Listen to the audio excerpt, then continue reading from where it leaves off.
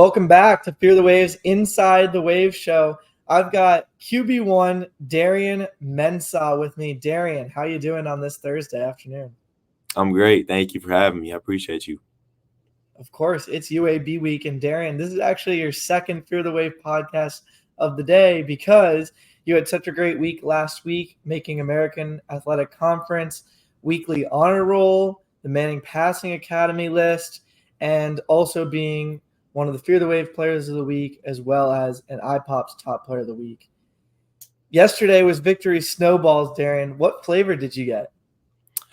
I go with coconut and strawberry, and then I'll do some ice cream on there, some condensed milk, and then some gummies.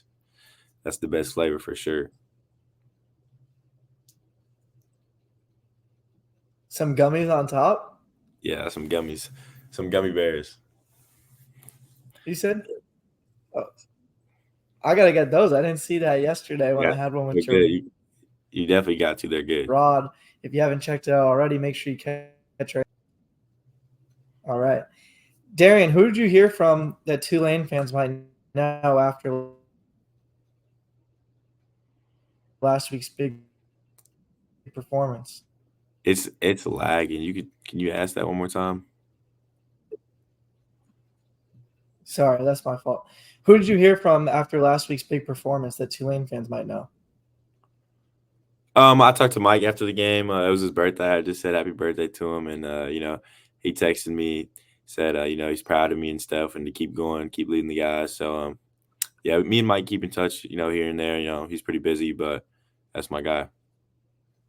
Awesome. From what I consider the Tulane GOAT to the future of the Tulane Green Wave, as well as the current quarterback of the Tulane Green Wave, Darian Mensah. What is your favorite aspect of New Orleans? The people for sure. Just you can go up to anybody, and just have a regular normal conversation. In California, I wouldn't be able to say the same.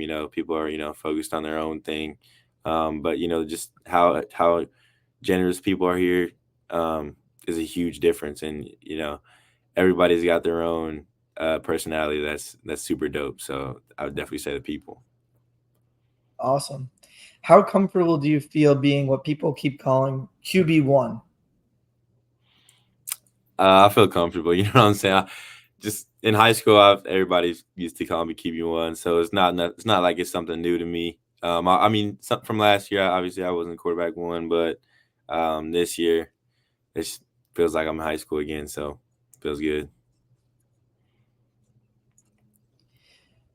Have things slowed down for you at all, or did you learn from game action, or just by getting reps in practice? Say a little bit of both. Just repetition. Obviously, practice makes perfect, and then, game speed obviously is different. But going into my fifth start, my sixth start, I feel like everything's slowing down a little bit. Just game by game for sure. So, that's been great to feel, and going in week by week, knowing that it gets a little bit slower and you'll see things a little bit faster is a good feeling.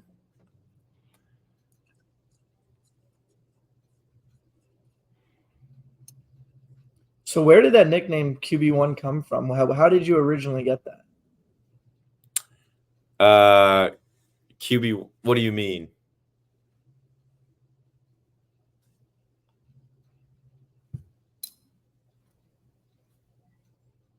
Can you hear me?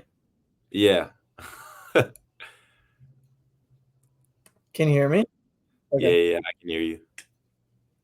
When did you originally get the QB1 nickname? How did that originate? Just starting at my I feel like everybody gets that name, playing quarterback at their respected school.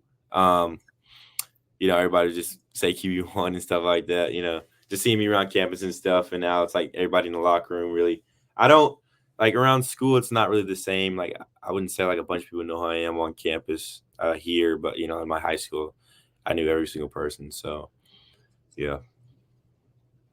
Nice. Now that Mario and Dante got into the end zone for the first time, Mario twice in the first half, are we about to start rolling through teams with those two guys on fire? Absolutely. I think, the week that we had, the week before playing UL, running the rock, teams will start to prepare for the run, and it just opens up so much in the pass game. And it showed. Rio with 2 first half touchdowns and Dante with the first half touchdown. He should have had another one, I think, but he got hogged later in the second half. But yeah, I think it just opens up so much. When you have a great running back like Makai and O line who just dominate dudes. So yeah, you're about to see something special. I have to agree. Not many teams in the country have this talented of an offense in the passing game as well as in the running game, specifically with Makai, as well as some guys like Trey, Duda. What have you seen from the other running backs in the group? Yeah. I feel like, our younger backs are stepping into more of a leadership role and, you know, just taking a step in their game that they didn't have last year with Trey and Duda. And Shoddy kind of has his own package, like as a receiving back. And he's also taking a leadership role. So just like the whole running back room was really grown up. And seeing that is super special to see. It's exciting too because those are my guys, Trey and Duda in my class. So just to see them go, Trey had his first touchdown last week was special for me. So the whole running back room, I feel like has taken a step in their game, in a different way, and it's a big help when you got dudes that can do it all. From Trey, Duda, Shoddy, Makai, and then even a young freshman in Jamari. He hasn't got to show like what he really can do, but he's a player. So super confident in those guys and what they can do. Glad you mentioned Jamari. We've been talking him up on this podcast as well. Your whole class has really taken a big step up. Not too many people played last year. Most got their red shirts. You didn't take a single snap. We saw guys like Kevin Adams, Duda, be on the travel squad, maybe get in some special team situations like Makai Williams. But Matthew Fobbs-White, huge role last game as well as throughout the season. Kevin Adams is playing a lot. It's great to see. Last week, you had the highest QBR in the nation. Were you surprised to hear that? Kind of. I'm not gonna lie, I kind of was, but I feel like my OC and the dudes I have around me make it kind of easy. I just got to get them the ball, like even if it's short stuff. I don't have to go deep every play. Just got to get it in their hands, and they'll make good yards and make plays for me. So it just makes it easier, takes the pressure off of me, and just allows me to play free. So give a lot of credit to those guys around me. Just like Makai Hughes, another humble player on this Tulane team. What did you remember about the UAB defense from last season's game and the game week prep? I played a lot of quarters, so I feel like we can run the ball on them, and take shots when they're there, obviously. But they got some talent. They certainly look the part. But I think that we'll be able to get after them, late in the second half if they come out on fire. But I think we'll be able to give them a good fight. Looking forward to it on Saturday. Darian, does Ty push you in practice at all? Yeah, absolutely. I kind of look up into him in a way. He's older than me, but I try to go out and compete with him every day. He has a tremendous IQ. He's big. He's fast. He's what I want to be as an athlete. When I'm older. So I look up to him in a bunch of ways, athletically, and even as a thrower as well. So just having him out there, he's super fun to be around. Him and Kai. So I'm happy to have those dudes around me as well. Awesome. I'm told you have a good relationship with him off the field. Is that right? Yeah, that's my guy. Yeah, like I said, I really look up to him, and I'm super glad he's here with us. He got his own package as well. So, and he's just a ball player. So, I'm happy he's on the field.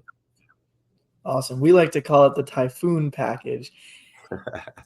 The last thing you want is the two quarterbacks who are both splitting time to be competing with each other and kind of holding against each other. The first thing you want is for them to be friends on the field and off the field and pushing each other. So we're excited to hear that.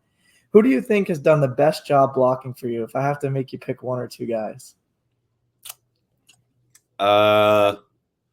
I mean, first of all, I give a lot of credit to Vinny.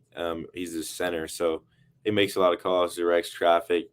But really, everybody, I could go down the list. Ra, Josh, um, DG, Shadre, all my starting five is amazing. They do their job every game. They keep me clean, and then CT, literally anybody who gets in the game, they do a great job. And Coach Rochard does a good job with them boys up front. So um, I'm just extremely grateful to have those dudes up front blocking for me. Nice. This team has very five solid starters, just like last year, and CT Caleb Thomas behind them as well. Were you excited to see Phat out there last week? First time in a long time for Phat Watts, and Sean Nicholas got in the game too. Yeah, Fat's my guy as well. I'm super happy for him. Last year didn't go the way he wanted to, but this year, he stepped into a leadership role as well. And he's a leader in the receiver room. And so to see him on the field was probably special for him and it's special for me too, because you work so hard all spring, and to get hurt a little bit is a minor setback, but I'm sure he's gonna have a big week coming in these next couple of weeks. Awesome. We're excited for Phat too. Did a great locker room tour with us before the season. Check that out if you haven't. What clicked for Dante Fleming last week? Career high in catches in his first 100-yard game. We saw a great game earlier in the season, but now he's really rolling. Just doing his job and executing. That's really it. Coach Craddock does a good job setting his guys up for success, and the game plan is great. And he just went out there, executed at a high level, and it showed in the stat book. So I'm super proud of him, the way he competed all day, and looking forward to next week and the way he's going to compete this week too. Nice. That's another interview to check out for those watching at home or listening on podcast. Darian, yesterday you were very, very busy watching film, and so that's why we're recording today. How much film do you watch each week? I try to go up there every day, like Monday through Thursday. We travel on Fridays to go and watch at least like an hour of film, and then I'll go up and tighten up the game plan with Coach Craddock, tell him what plays I like, what plays I don't like. But usually it's around something like an hour, at least an hour, when I don't have like a bunch of homework and stuff. So, yeah. So 10 plus hours a week, you'd say? Around 10, yeah. It varies sometimes. But this week I haven't watched as much just because I tried to fit it in yesterday just because I had, midterms and stuff to do. But, yeah, around there for sure. Definition of a student athlete right here, Darian Mensah.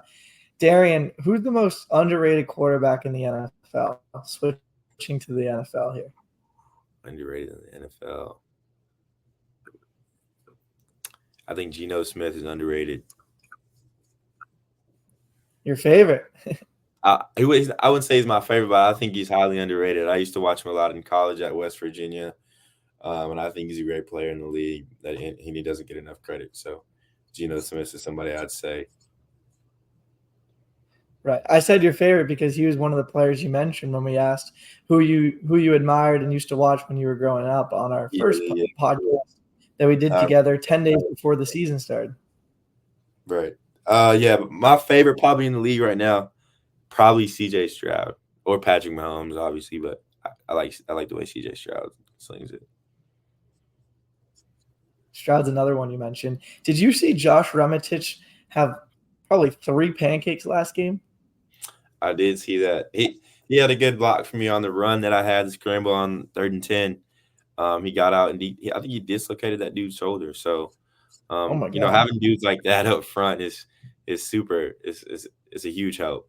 So I'm really proud of the way he competed Saturday. Nice. Everybody's been doing their job. I'm glad you mentioned specifically what Vinny does for you because that doesn't show up when I'm looking at my stats and figuring out my top players. And when fans are watching the game, they can't always see him directing traffic and calling out stuff and talking to you. So glad you mentioned that for Vinny Murphy, our center. Last question for you. What type of music do you like to listen to? I listen to all types of music, but I like, sometimes I listen to rap, country. Those are probably my top two genres. But it just depends on how I feel. I really listen to all types of music. So, Do you have a favorite artist? favorite artist, Gunna. All right. Darian, what NIL opportunities or merchandise do you have that you want to shout out right here? I don't think I have any, to be honest. What about the Campus Connection jersey? uh, do I have that? I thought they did that before the season. People are like, "Oh, is 10 starting?" He asked me about it, but he texted me about like a shirt that he was gonna make. But I have a shirt on the NIL store if y'all want to go purchase that. It's got my little bobblehead on it. I think it's dope. My mom has one. So yeah. All right. Thank you, Darian. We're looking forward to Saturday. If you haven't already, make sure to check out the Jimmy O Show with Darian's other interview today. Darian, good luck on Saturday. Thank you so much. Appreciate it. Thanks for coming on and Roll Wave.